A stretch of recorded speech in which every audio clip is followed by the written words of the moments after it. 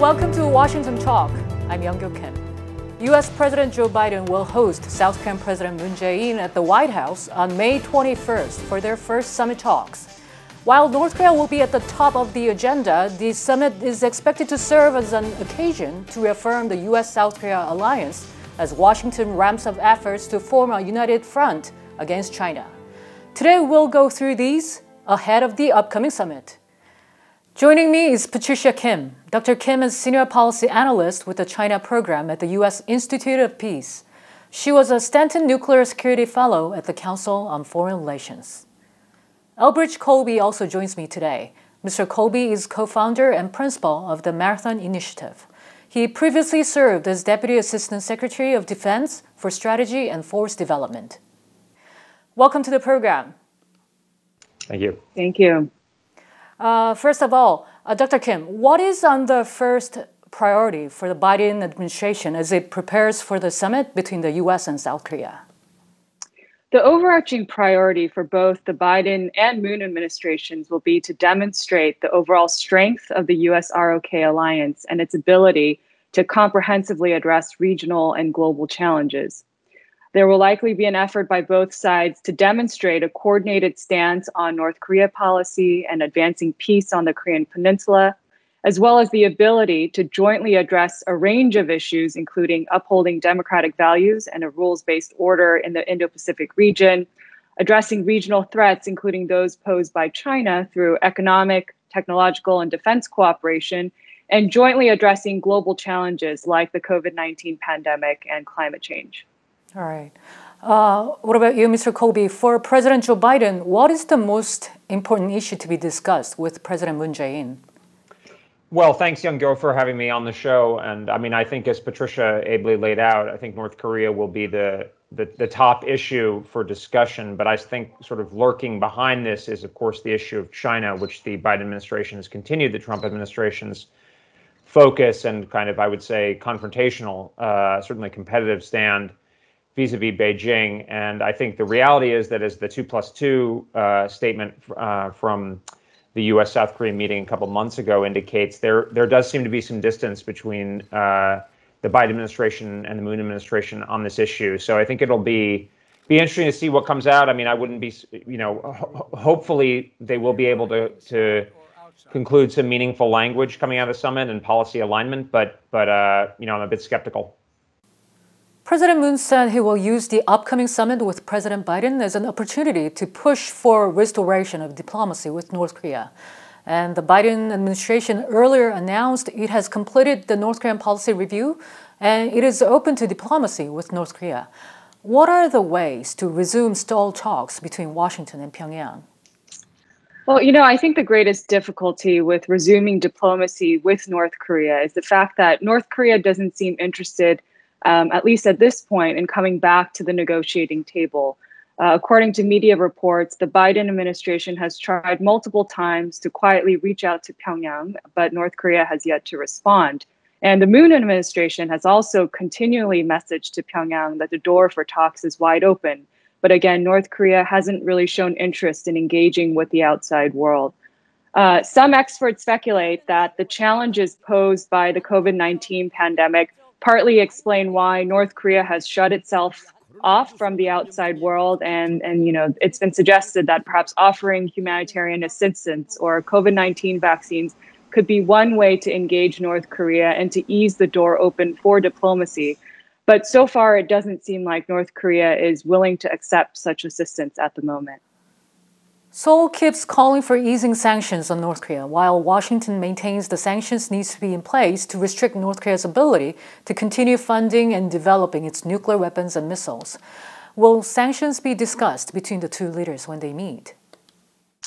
Well, the Moon administration has long wanted to restart economic and tourism initiatives with North Korea as a way to build confidence and restart diplomacy. But many inter-Korean projects like the Kaesong Industrial Complex have been unable to resume due to existing sanctions. So while it's very likely that these issues will be discussed between the U.S. and South Korea, it's also very unlikely for Washington to greenlight the unilateral lifting of sanctions without seeing indications from North Korea that it's willing to take some kind of reciprocal steps. And this is the essence of the phased and calibrated approach that the Biden administration has decided to embrace. I think ultimately there are different views on the balance and timing of economic carrots and sticks between the US and South Korea, as well as other major players like China. And this is an issue that the US-ROK alliance will need to continually work on to ensure that the two sides remain coordinated, because that will put them in the best position to jointly advance peace on the Korean Peninsula. Mm-hmm. Dr. Kim, will they be able to narrow their views? From the Biden team's announcement of the North Korea policy review, did you get the hint that they are willing to gradually ease the sanctions? Well, I think the key was that they don't want to do, they're not necessarily looking for a big deal or a one-time deal, and they're open to, again, a phased and calibrated approach. So what does this mean? I think this could mean a lot of mini deals along the way to the end point of denuclearization. So I think sanctions relief could be a part of that, but again, it would have to be matched by corresponding steps by the North Korean side. All right. Mr. Colby, it is widely considered that no country has more influence on North Korea than China. And the Biden team, as well as the Moon administration, seem to acknowledge that fact. It is difficult to make a deal with North Korea without China's cooperation. Will the leaders of the US and South Korea be able to come up with a way to persuade China on the North Korean front? I think no. I mean, I think the chances of Beijing actually doing something productive to move the needle on North Korea is essentially vanishingly small. In much better circumstances, almost 10 years ago, Beijing dragged its feet and was not helpful. Now, the fundamental reality in world politics, and certainly in Asia, is this competitive relationship between the United States and China. So China has no incentive, and I'm sure no interest in helping the situation on the peninsula. I'm sure they will advertise it, particularly to South Korea, to the Moon administration. The point I would also say is I think that North Korea, I mean, the dynamic here is that my understanding, and others know it far better than I, but Pyongyang does not just want to be a kind of a tool or sort of a client state of Beijing. So there is, I mean, that means that I'm not sure how great Beijing's influence is over Pyongyang, and also Pyongyang has an interest in not being completely pushed into the PRC grip, and so that does open the space over time. I'm not sure that this, my impression of the Biden administration approach, and we'll see. I mean, as Patricia put it, I mean, I think it's kind of an incremental back to the traditional approach, which I don't think has borne fruit. I mean, frankly, nothing has borne fruit with North Korea, but I doubt we're going to see much progress come out of this approach towards North Korea. Mm-hmm. Dr. Kim, what is your view on this? Well, I think China right now is comfortable with the way things are. I think during the early days of the Trump administration, it was genuinely concerned that the United States might actually take military action on North Korea. And so that really spurred it to cooperate and really sort of kick up sanctions, to sign on to more, and to try to move the needle on diplomacy. And now, things have calmed down. And so China's in a relatively comfortable place. But having said that, I think denuclearizing North Korea and bringing peace to the Korean Peninsula is one clear area of common interest that is shared by all of the key players in the region, including China. China has no interest in seeing a North Korea with nuclear weapons, because as Elbridge said, China and North Korea don't always have the best relationship either. And so, I think Seoul and Washington need to continue to push China to cooperate on the North Korean nuclear challenge by making the case that this is one area that is ripe for cooperation, in an era that will be, that we're seeing less and less areas where the great powers can cooperate. And it's in everyone's interests, including China, to bring peace to the Korean Peninsula. Mm-hmm. North Korea's human rights violation appears to be a thorny issue between the U.S. and South Korea. And furthermore, the U.S. State Department clearly expressed its concerns on South Korea's new law banning the leaflets with messages critical of the North Korean regime. Dr. Kim, how do you think the U.S. and South Korea will try to deal with North Korea's human rights issue?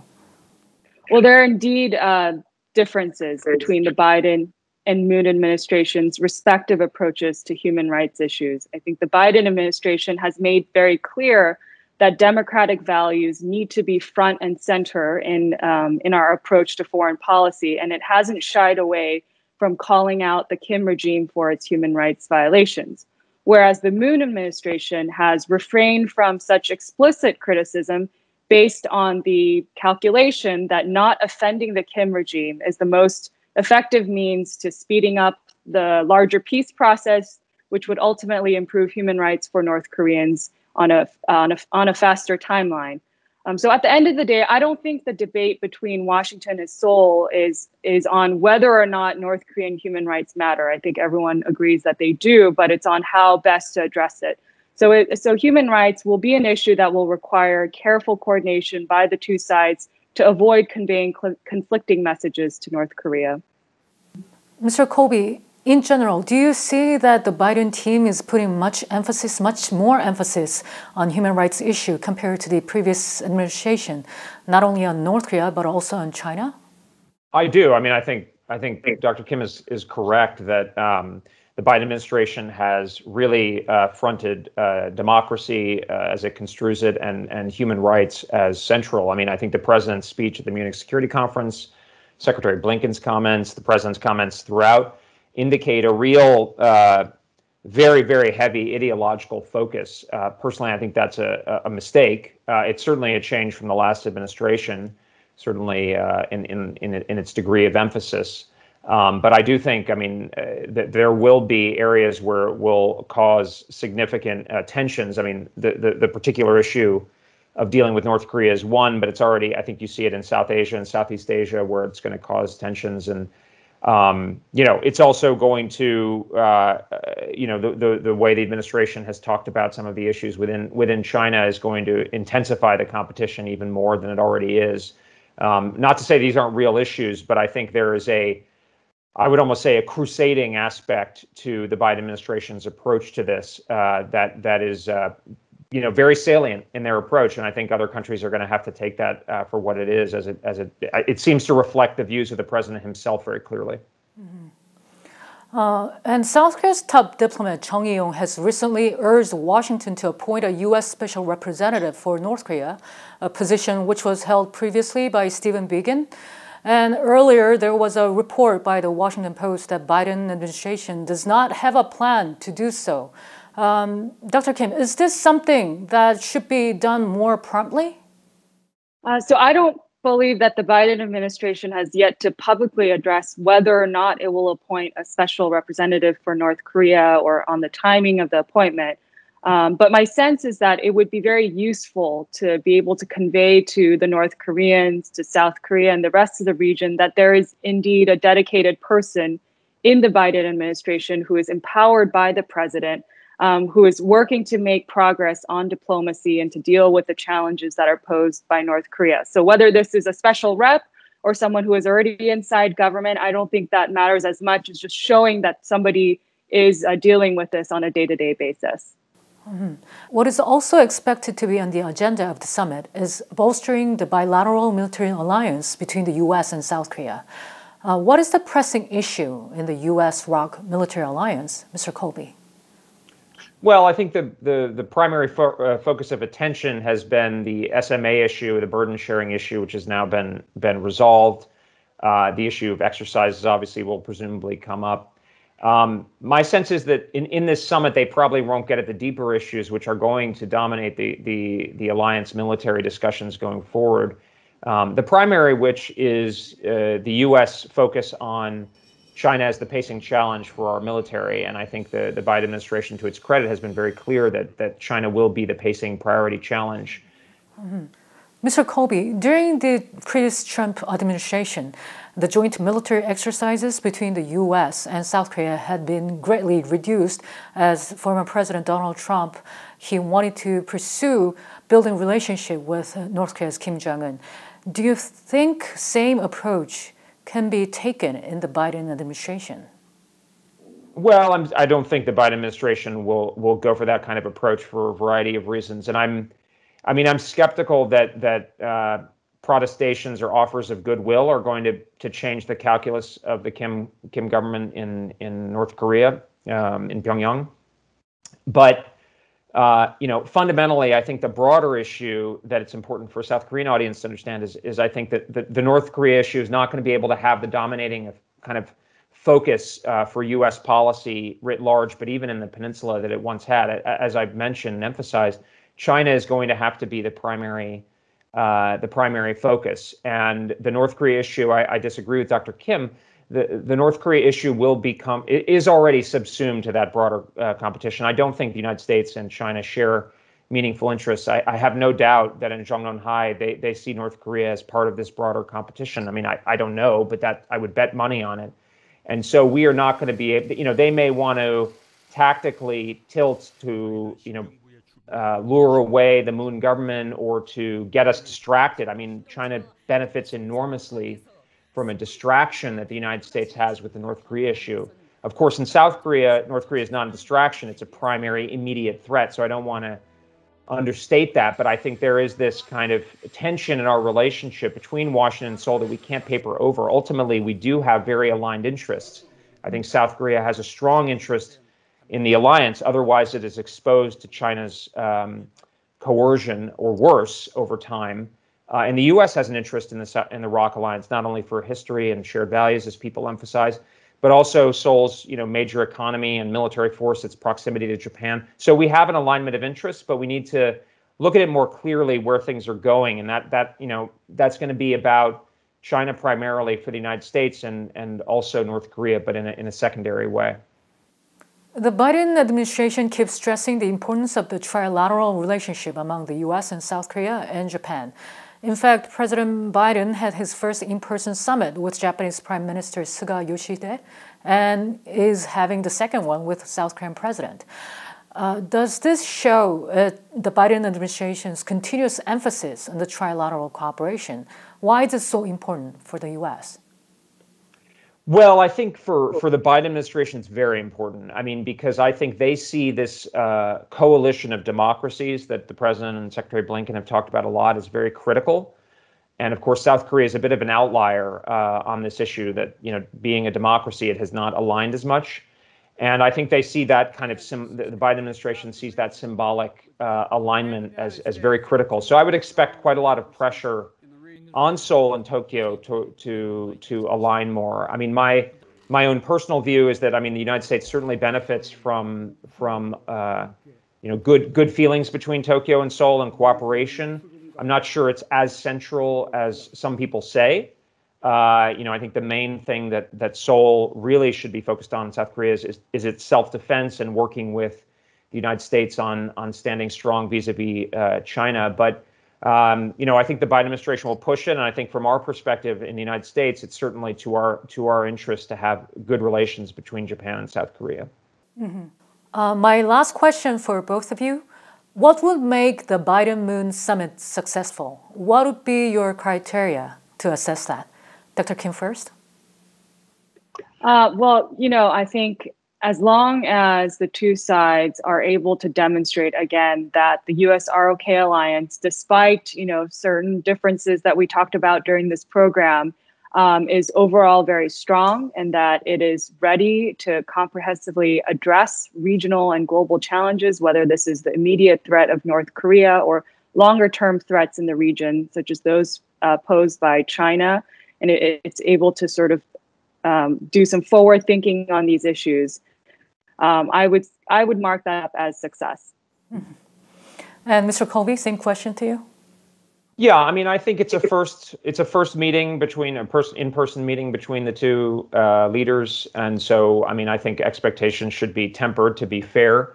But I do think that from the U.S. perspective, probably a significant and pointed mention of China would be a real indicator of progress. If you look at the statement that the president and Prime Minister Suga made, not only did it mention China pretty clearly, but also even mentioned the Taiwan Strait, which is very significant. So there's been quite a lot of progress, say with Japan. Obviously, there's been movement with Taiwan. There's been good moves with Australia and others. So South Korea is a little bit of an outlier, but recognizing that, I'm not holding my breath for dramatic language, but I think some language in that direction would be a fair standard of success. Well, it was reported that the Biden administration reached out to North Korea once again after it has completed the North Korean policy review without hearing back from the North Korean regime. And apparently, North Korea is waiting for what will come out of the first Biden-Moon summit. Dr. Kim and Mr. Colby, thank you so much for being with us today. Thank you. And that does it for this week's Washington Talk from Voice of America. Please join us again next week for more analysis.